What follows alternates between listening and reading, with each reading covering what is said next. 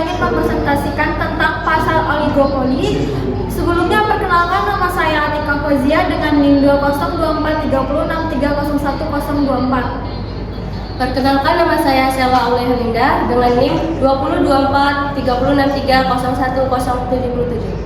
Perkenalkan, nama saya Dia Sintania dengan NIM 20243063010029. Perkenalkan, nama saya Azhara Imidasari dengan NIM 20243063010030.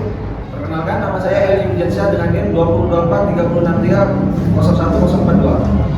Perkenalkan, nama saya Satrio Purmono dengan NIM 20243063011058. Yang pertama itu latar belakang.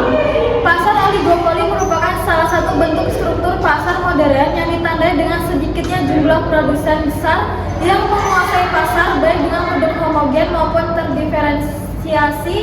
Struktur ini menciptakan persaingan yang terbatas dan saling ketergantungan antar perusahaan.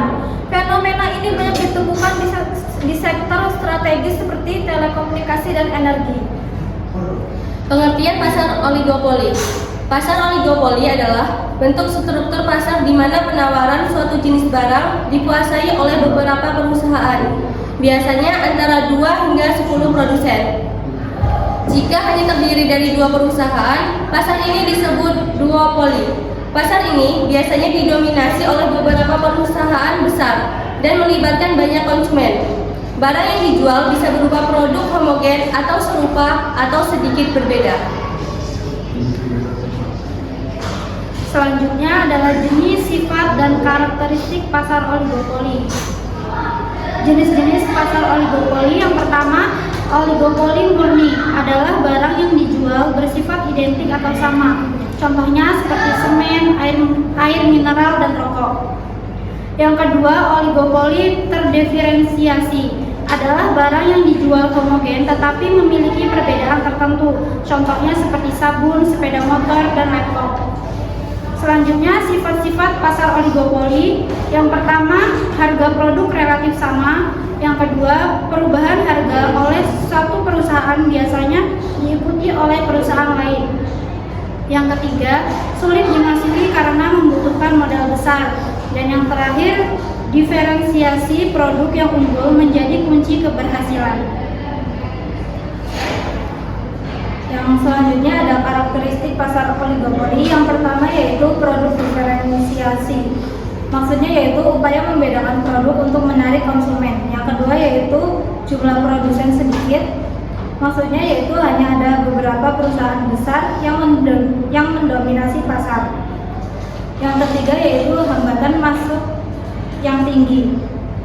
Maksudnya sulit bagi pendatang baru untuk masuk karena kebutuhan modal dan persaingan ketat. Yang selanjutnya ada strategi perusahaan dalam pasar oligopoli. Yang pertama yaitu strategi penetapan harga, yang dimana ada perang harga, kepemimpinan harga, dan penempatan harga untuk mencegah masuk. Yang kedua ada strategi non harga, yang termasuk seperti diferensiasi produk, iklan dan promosi, inovasi, dan riset dan pengembangan. Yang ketiga ada perilaku strategi, yaitu seperti reaksi pesaing dan teori permainan.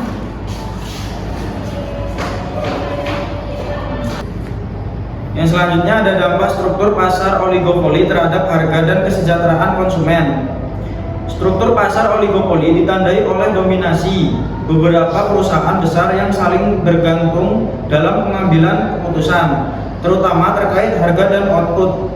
Dalam kondisi ini, harga cenderung lebih tinggi, stabil, dan berpotensi mengalami kolusi yang merugikan konsumen.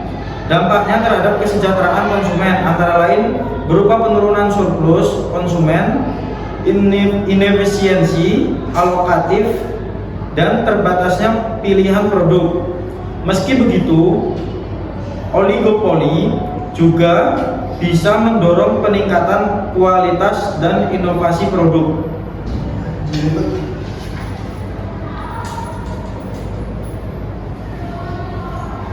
Dan yang terakhir adalah peran pemerintah adalah mengatur dalam dan mengawasi pasar oligopoli. Pemerintah memiliki peran krusial dalam mengawasi pasar oligopoli guna mencegah dampak negatif terhadap masyarakat dan menjaga persaingan yang sehat. Peran tersebut mencakup pengaturan kebijakan dan pengawasan praktik persaingan, perlindungan konsumen, dan peningkatan transparansi di Indonesia. Peran ini dijalankan oleh KPPU yang bertugas mengawasi praktik monopoli, persaingan tidak sehat, dan penggabungan usaha yang berpotensi mengganggu struktur pasar. Sekian presentasi dari kami. Kami ucapkan wassalamualaikum warahmatullahi wabarakatuh.